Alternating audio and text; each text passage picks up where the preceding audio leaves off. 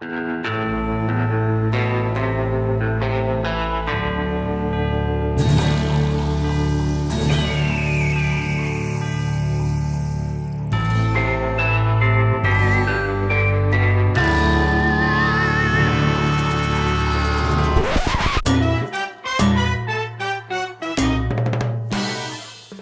to Dentistry Going Wild, the official podcast for mobile and teledentistry. And I'm here with my ace boon coon, Melissa Treadaway. Melissa, you never heard that word boon coon before, have you? No idea what that means. Can you enlighten me? Boon coon. Now, any of my black people on here listening, y'all know boon coon is a word for your road dog, your people, the one you catch when you in trouble, the one you catch when you happy. So that's what you are officially my boon coon from Detroit. Now you in there now, Em. You in there. Except I'm from Portland, which I think is the opposite of Detroit. Don't ever tell anybody you're from Portland. I'm just kidding. How you and the girls doing, your family? Oh, we're doing okay today. You know, Sonya, I was thinking today, and I wanted to share this with you. Mm-hmm. I really miss the clinical op. Miss it. Yes. I started kind of transitioning out when my first was born. And you know what? The plan was to go back in with COVID, like before COVID hit. But I really miss it. So I'm hoping one of these days I can get back in. But you're back in, right? You're back in. Yeah, we're back in. And most of my team is, has apprehensive. They're apprehensive about going back in. So I'm leading the pack in, and I've been back in for 2 months, and I'm showing them that I haven't caught COVID, and that what we wear is working. Now, Melissa, I didn't tell you this. Our facilities now are giving us COVID tests the day that we go. They're doing rapid tests, and we have to wait 15 minutes. So isn't that amazing? Yeah. But thinking about rapid and quick and living in our purpose, our guests today are those people, right? I'm gonna let you introduce these. We've been waiting we've been on these guys' list for what 3, 4, 5 months, Melissa? They made us wait. I don't know. I mean, it's been a long time, but they're just like the who's who in dental market. Miss Melissa, go ahead. Here we go. So Sonya, you know, Sonya, that there's sometimes that people come into our lives that we just love, right? Right. We can't get enough of them. We love being around them. And then there's like the people that you're like, wait a minute. Why are you my friend? Like, I don't know. Like, you're not doing me any good. You know what? Where are you going with this, Em? It was the former, not the latter. That's exactly. One of the setup started going really, really good, and then it was like, oh, wait. Listen, I think I'm the one they love, and anyway. I'm just kidding. Well, so drum roll. Neil can add that in. Yes. So we're thrilled to bring to you expert marketers in dentistry, Brian and Shad of the TinyRHINO Group. And yes, they are of the former group and not the latter. So Brian and Shad, how are you today? Doing great. It's great to see you guys. We're so excited to be hanging out with two of our favorite people in all of dentistry. We just love you guys. All right. We tell everybody about you, and it's like, you just got to get in a room with these two. They're just freaking contagious. We're raving fans. We're not just fans. We're raving fans of you two. I think we'll take that, right, Sonya? I'll take any compliment we can get. So, Shad, let's start with you. Can you tell us about TinyRHINO and what the heck is it? Excellent. Well, it's a rhino that's really that's okay, that's the end of the podcast. We're good. In some ways, it is what just happened. It's a conversation starter. It's an attention grab. It's something that's different. That kind of speaks to everything that we do, but we started it's a little bit more than just a marketing company. It's very, very specifically focused on explosive growth, but taking an unconventional approach to helping practices grow in ways that they haven't experienced before. Not just in rapid growth in terms of adding tons of new patients, or, we just released a brand new implant marketing system, which is insane, absolutely insane. But it's more than anything, it's helping them connect to consumers, to people in their city in ways that are different than how typically dental practices do. And the proof's in the track record. The concept, the idea of taking an out-of-the-box approach and trying to align with the people outside that are making buying decisions on how you motivate them instead of just the traditional way that people outside of dentistry view dentistry. It's been fun. Company's been around for a few years, and things have gone really, really, really well so far, and we're just getting started. So you guys, now let me be, if you are just listening to the podcast, you can go to YouTube because you got to put eyes on these guys. Okay. So let me just give you a visual. When they say out of the box way of thinking, I believe they mean it because they dress different. Okay. So when I first met him, I had spoken to him over the phone, never seen him.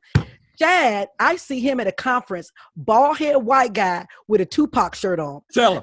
I had my license to repossess that, but I did not let him have it because he has some swag, everybody. He was like almost swagging it, so I couldn't repossess it. He was owning it because he had a blazer with it. I was like, okay, Tupac wouldn't be mad, but he might hit you, but it's okay. Then Brian, he's walking around with he wears these cool caps, like baseball cap, and he wears the glasses, and he dresses real cool. You know, he looks like he's like 15, and he wears these nice gym shoes. 25, Sonya, 25. 25. Yeah. I'll give it to you. He's legal. He's legal. 20 years ago. No, he looks 25. Now that because he had the hair on his face, he looked 25. When he shaved that off, I was like, what happened? So they're the coolest looking guys, and then their office space is so. It reminds me of something like a small version of Amazon, because Amazon has everything in there for their employees. They got a ping pong table. Yeah. They got all the food in the refrigerator, which I would camp out by. I mean, just not water. You know, they got salsa water. They got those cappuccino drinks that nobody buys you because they like $4. You know, it's just really a safe space to work, and they make you feel good. So I believe their way of helping market businesses is different, because Melissa, you can agree, they've helped us in ways that kind of shocked me when they said it, but I was like, looking back at it, it did work. It got us the attention that we needed.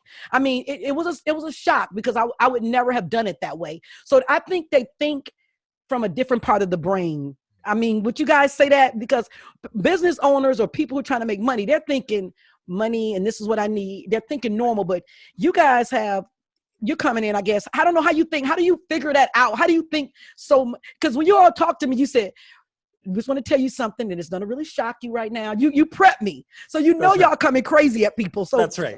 How do y'all think like that? What gives you the motivation to be weird, if I can use that word? Weird, yeah. Okay. We love people and we're heart people. And so we're not just head people. So not only do we think differently, but we love people genuinely and love our industry. And we want to see what's best for dentists and surgeons and specialists. We want to see them grow. We want to see them win in their practice with their team. You're talking about our office and our team and our culture. We're big culture guys. And we know that if you put your team first, a lot of things will begin to fall into place. Team first. You know, when we saw you guys teaming up together, we saw greatness, and we can see greatness in people. That's one of the gifts that both of us have is you can spot something in somebody, whether it's developed or underdeveloped, but we can see it. And when we see it, we go after it with all of our heart to help them find that success that's in them.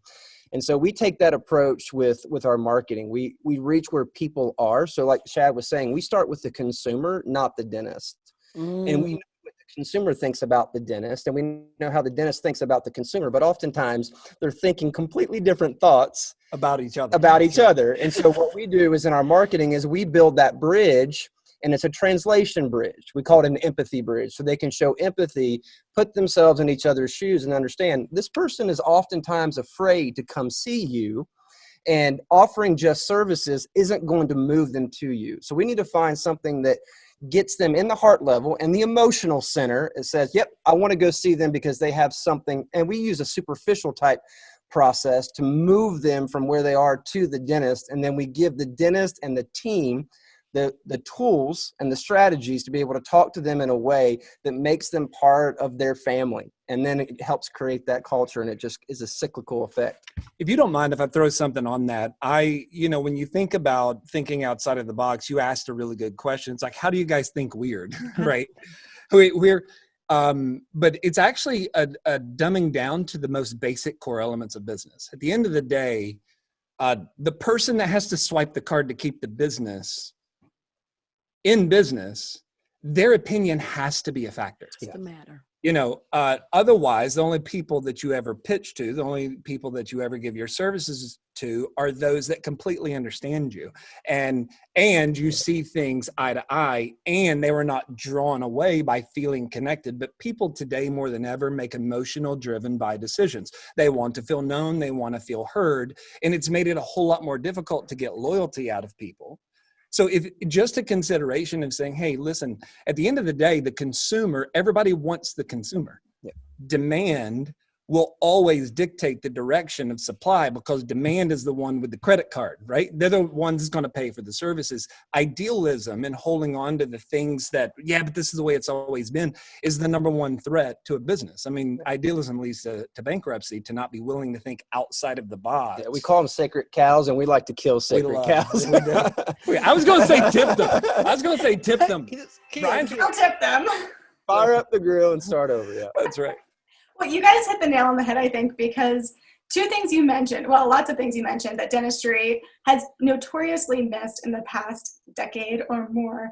One, empathy, and two, company culture. So if I have anything to do with it, those two things are going to change in the future. So kudos to you guys also for kind of coming at it from your angle.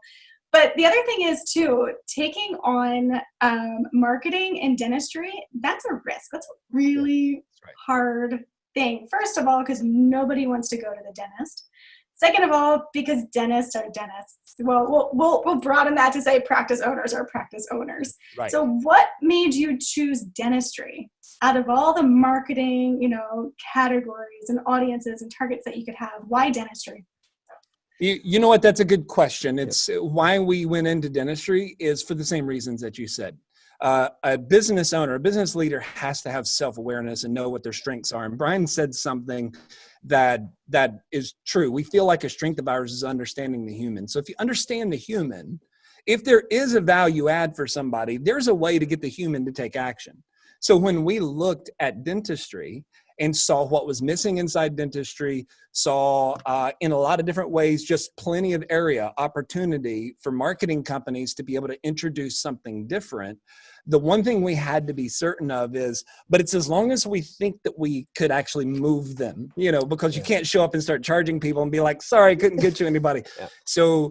But we chose it because what was missing. We chose it because what was absent. And we had a view of it. I come from a dental family. It's what it is. And so I've worked in the dental industry for a long period of time. I know Brian from outside of the dental world, but just being inside it, being an entrepreneur my whole adult life and really childhood as well, it was just clear that there was blue ocean opportunity to be able to show up and to do things in an innovative way that'll bring life change. And those are a couple of major motivators for us. So it made all the sense in the world to just slide all of our chips into the dental world and meet and get to know beautiful people like you guys.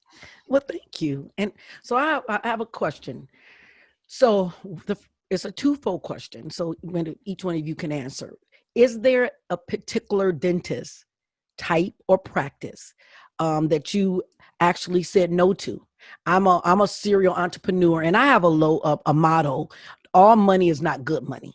So I don't take every nursing home on as a client. When I used to own daycares, I didn't take everybody's children. If the mama was crazy, the kid's crazy. I don't want you. So we don't take everybody. So is there a particular practice type that you don't take? And the second fold is, have you thought about how your model type could help the mobile dentist? We do strategy calls with all of our potential clients.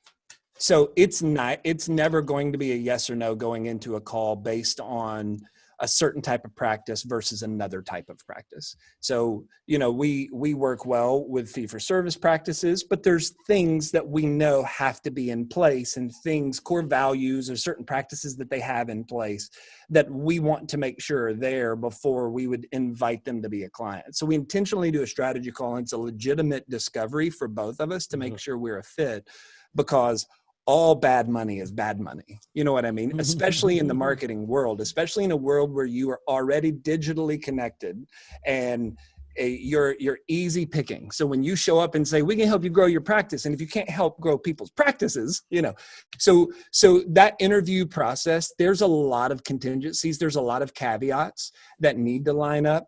We do say yes to most. But typically it's the area that Brian was talking about a moment ago. There's certain sacred cows that if they have to be preserved, if there's no consideration, and it's to say, I don't care what any outside source says, this is this, and certain traditions, certain sacred cows would get in the way of our workflow.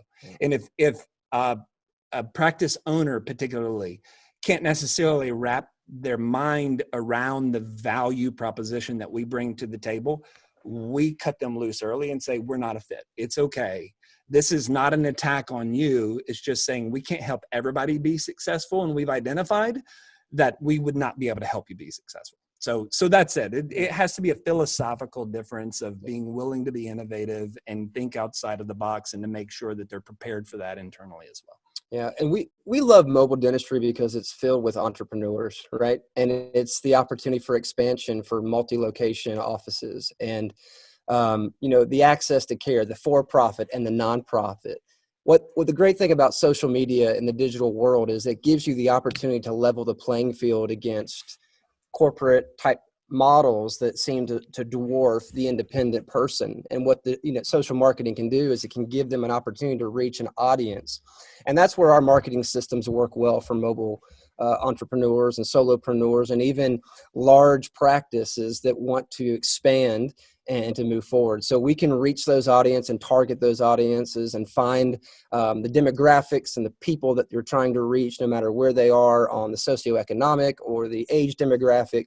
That's the great thing about being a digital marketer, is we're able to cultivate the audience that the mobile dentistry person or leader or owner wants to target. And we can do that quickly and get them some results pretty fast. Yep. I think quickly is the key there too. When you have that turnaround, that's huge. So we've done a lot of talk about mobile dentistry, but we also know that teledentistry is right there, and especially since the shutdown. Have you guys worked with practice owners marketing teledentistry at all during the shutdown, or even since in the last couple months? Yeah, we actually took a quick pivot. I mean, there's no way to be prepared for what happened in March. With the shutdown, and you can play that scenario through your mind a million different ways, but until you're living in the middle of it, there's just no way to be prepared for it. Mm-hmm. And running the business the way that we do, and running it with efficiency, we have an efficient team, we have an efficient operation.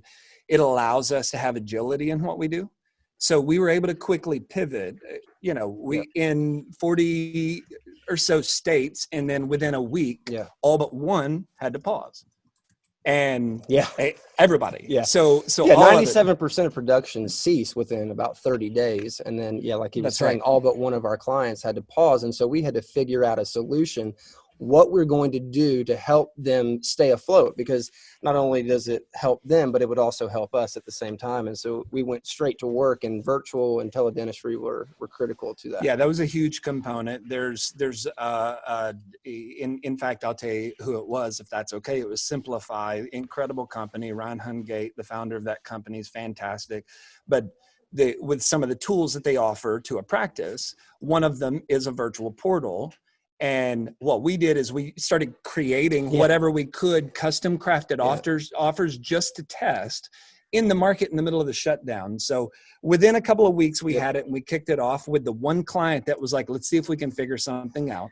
And we tried it out to where we helped her connect a teledentistry portal by giving them access with Simplify. And then we began to bring that to the table for other practices that want to go into this. And then we designed an offer that was about pre-scheduling your appointment and scheduling it not for a defined date, because we didn't know when we were going to open back up, and pay a deposit to secure it. And again, it's all about getting the copy right and knowing how to communicate with the human that's on the other side. That client that was shut down in the first 40 hours picked up like $20,000 of future production. Wow. She scheduled 38 patients in her first 30 days while they were not even open, taking deposits. That's epic. In advance. Yeah. So as soon as we saw the proof of concept would work, we turned it loose with other clients, a lot more unpaused. And then, of course, tons of people signed on with us. Because we had a solution to keep them moving forward at a time that they were dead. And that only happens because we study consumer buying habits. We study the market trends. We know where people are going. And so we can anticipate, even when crisis hits and things that, you can't anticipate a COVID level crisis, but crisis in general, when that hits, how people are going to behave, how they're going to move, where they're going to go, how they're going to tighten up their wallet, and then what they're going to do about their normal everyday behavior. So we were able to look at that, see what was happening, and do our best right in the middle of it to be really, really nimble and create that kind of system. And it worked really, really well. And it brought us through, and it brought many of our clients through. But through that, everybody we were connecting with, and that's one thing we saw in the middle of the pandemic, is it hit the fast forward button on the types of tools and the types of ways people were going to have to be considering on how to run their business in the first place. So a lot of practices should have and maybe introduced teledentistry up to that point, or it would have been an option, but then they were put in a scenario of being forced to. So we were able to bring them a solution and keep them moving forward. And now as a result of it, these practices, I think every single one of them have maintained those portals, and now that's becoming a part of their business model, which is beautiful. And I think it moved dentistry 5 to 10 years forward really, really quickly, right? That's because true. the consumer was already there. It's already part of their everyday life. It's absolutely in their own hand. And now dentists finally saw the value, because they were forced to, of having to move outside of that to change, and they've kept that change up. That's right. Good Lord, we have been preaching teledentistry for years now. So if there's one good thing that has come out of the shutdown, let it be that we now see the value in teledentistry. You guys mentioned the consumer changing. How have you seen the dental consumer change in the last year? The dental consumer was already extremely, as a standard, extremely superficial. When you think about in terms of the way they choose, more importantly, how they go to a new dentist. There's a lot of superficiality, and the reason being is because it's a medical decision. But and we even talked a little bit about this in the past. We spent some time at the Mobile Dentistry Conference talking about this, but optometry and teledentistry are the two medical fields that are most impacted by retail trends.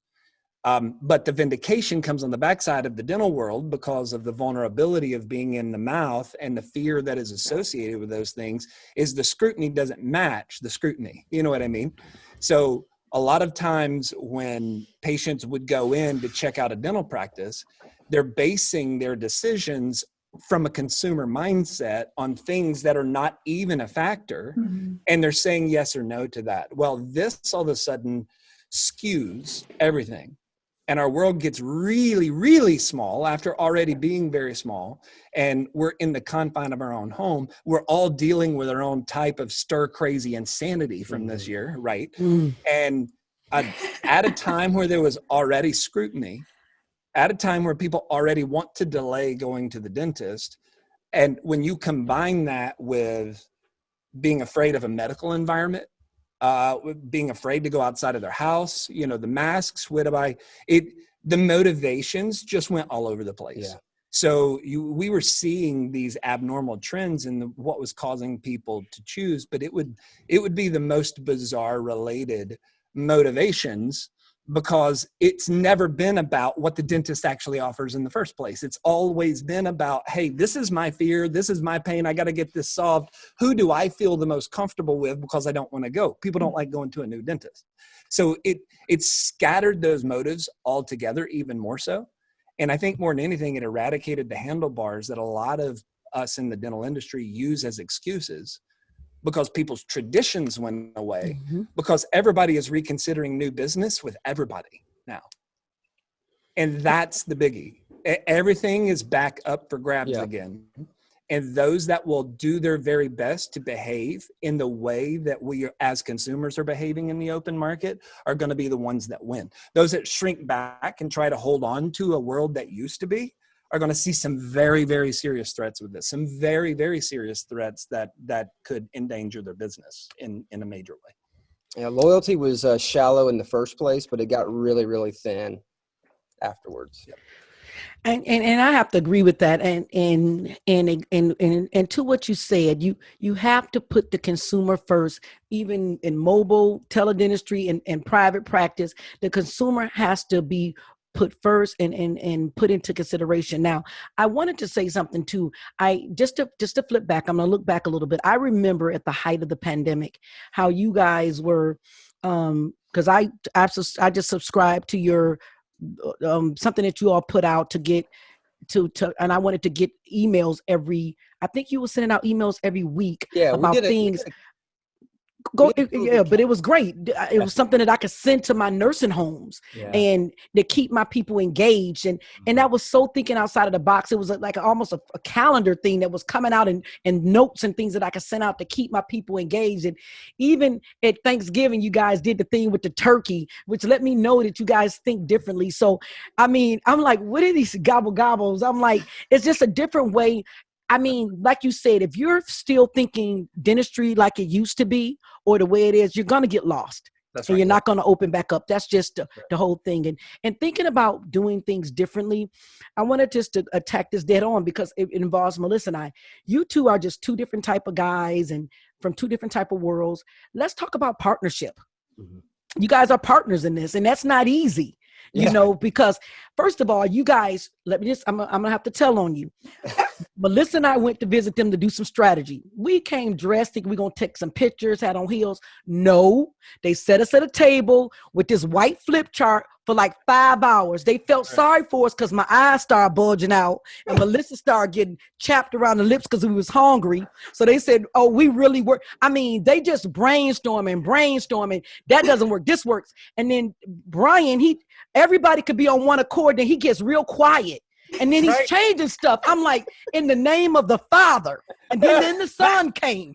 And then something else floated in and it was a ghost. So I'm like, I can't. So when we think we're at the end, he gets quiet and start thinking. So I know that you guys strategize on these people businesses because you were just with us helping us strategize on our little bitty baby conference. So I know when you're with people. So how do you all balance both of you have 4 families, beautiful wives, children, teenagers, moving and everything like that. So how do you make that? Because a lot of people in dentistry are partners. Melissa and I are partners and people have partnerships. A lot of dentists come together. So first of all, how do you all do that with you two? And how do you all work with a practice that have 2 dentists that may think differently? Well, we've been friends for a long time now, probably 7+ years, but we base our friendship and our working relationship on a set of principles. And we know principles don't change. And when you can be guided by principles, it can keep the conflict where it needs to be, because there's always going to be conflict in a partnership. It's how you respond to that conflict that's either going to make or break that partnership. That's right. So like we talk about the last 10%. You've heard us talk about this before, but I'll share it with everybody since we're on a podcast here. The last 10%. Like most people tell the truth up to about 90%, right? And they always hold back that last 10%. But the issue is always in the last 10%.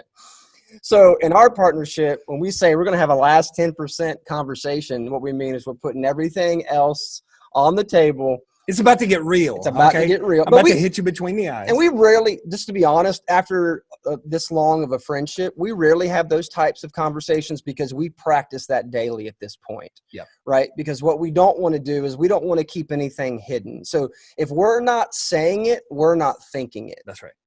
And that allows us to be able to not have to deal with drama or perceived thoughts or trying to play guessing games of what you're thinking, what you're doing. Like we're at a point now where we can pretty much read facial expressions. We know what we're going to say before we say it. We think the same thoughts. Sometimes it's scary that we even come into the office dressed alike and it wasn't planned. Like it's that kind of thing at this point. But we also operate from a second principle, which is benefit of the doubt.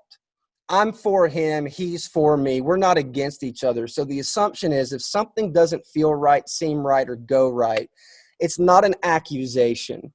The first leaning is not an accusation. You did something, you're doing something. No, it's there's probably a story behind that I don't see the full picture of, and I just need to have a last 10% conversation. But I have the benefit of the doubt that the motivation is pure. The motivation is for success and for each other, for our company and for our clients. And so that's how we navigate those types of things. And I'm sure there's other principles that maybe you want to.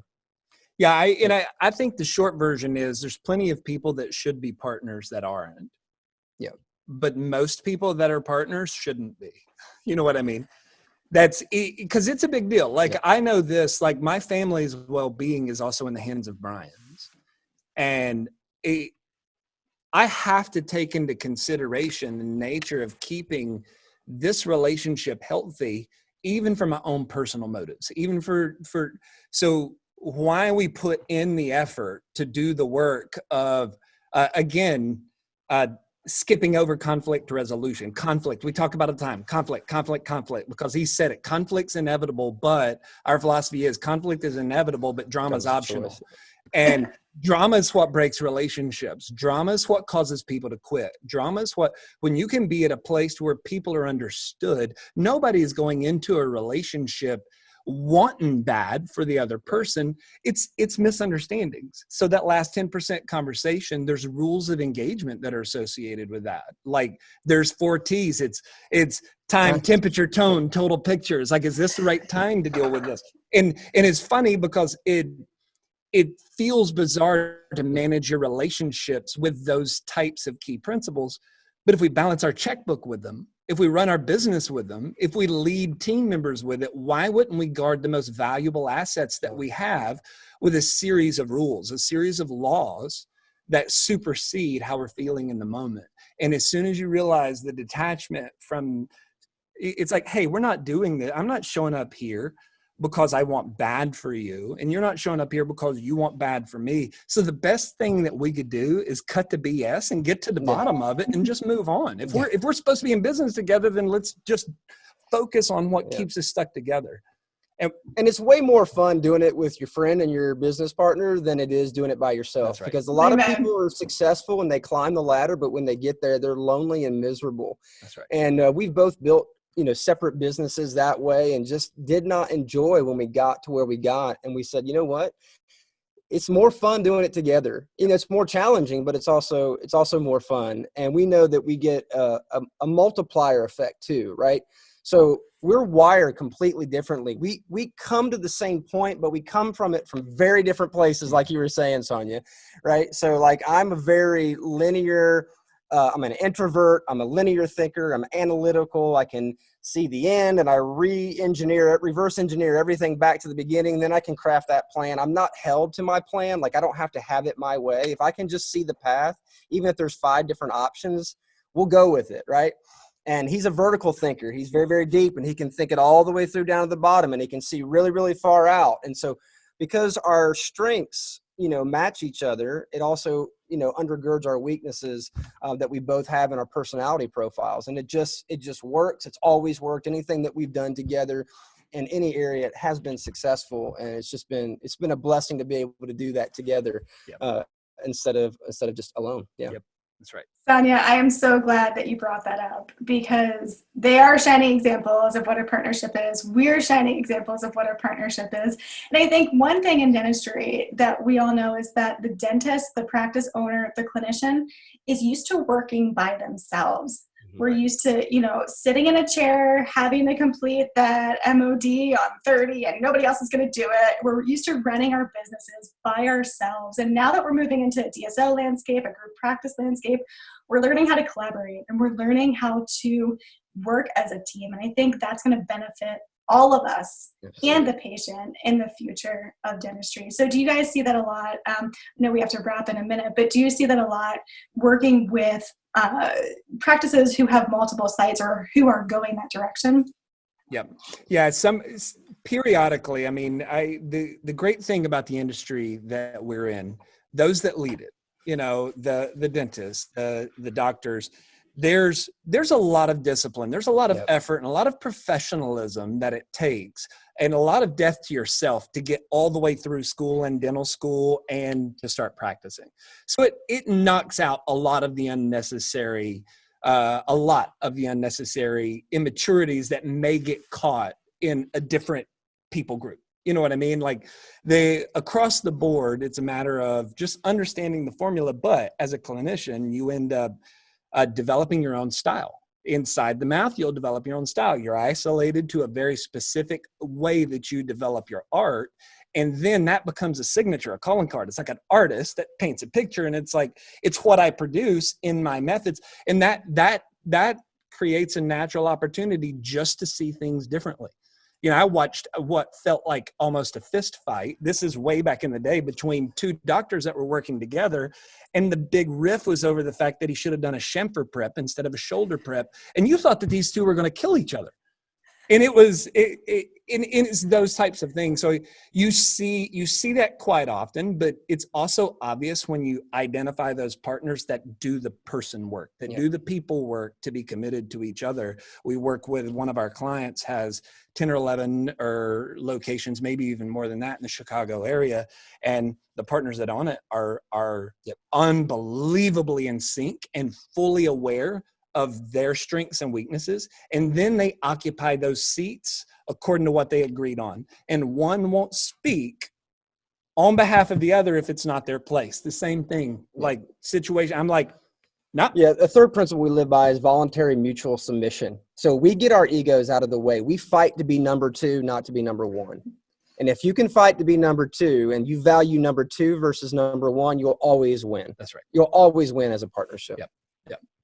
And it's special. It's amazing. It can be rare inside the practice, but boy, when it gets right, it's magic. That's and right. The best part is seeing the team environment of partners that work well together.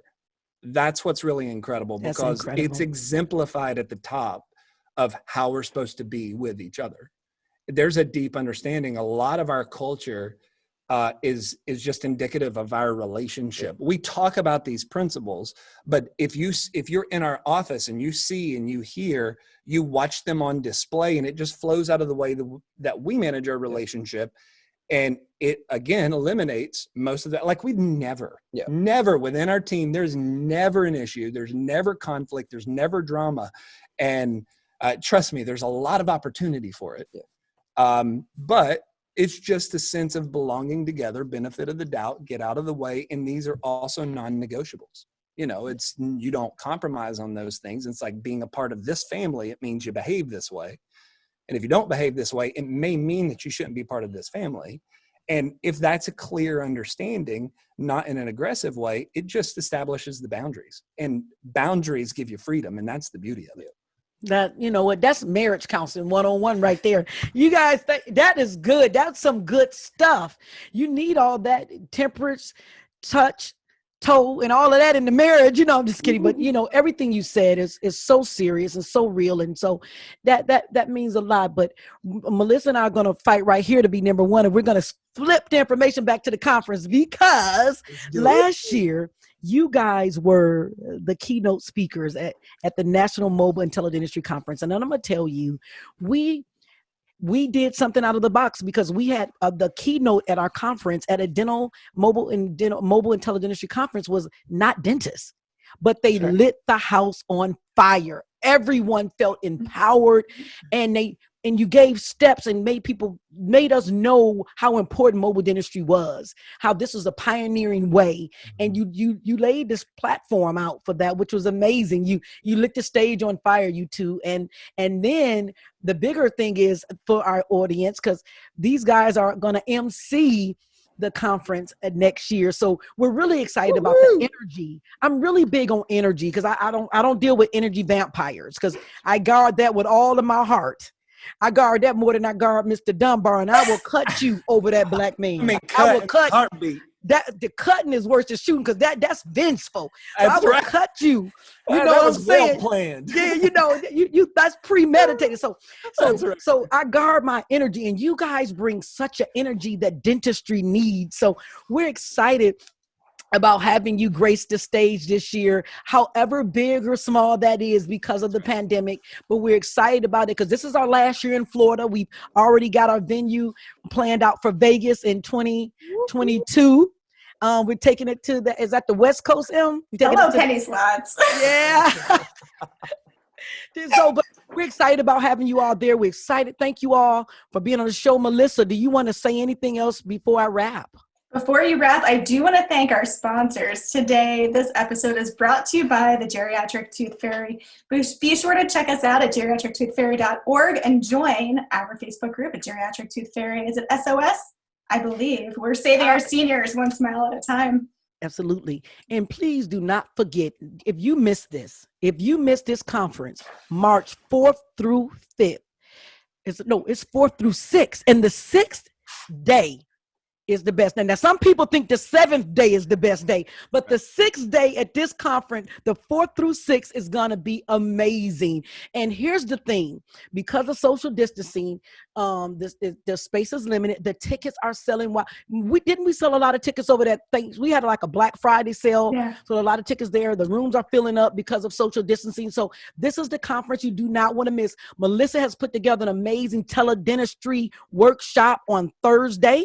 Is that Thursday, Melissa? That's right. Thursday, pre-conference. Yeah. We have an amazing surprise on Saturday. If Melissa's kicking me through the virtual TV right now, I can't tell you what it is, but it's coming soon. So this is the conference not to miss. If you ever have any ideas or thoughts about mobile teledentistry, we want to see you there. Thank you, Shad and Brian and TinyRHINO Group, for gracing us with your presence. We waited for such a long time for you. Thank you for being with us. Melissa, any final comments? That's it, Brian and Shad. Thank you so much. And listeners, we will see you next time. Bye.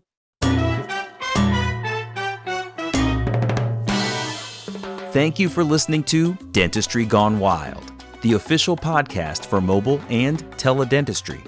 You can subscribe to our channel wherever you listen to your podcast. And if you're enjoying the show, please leave us a review.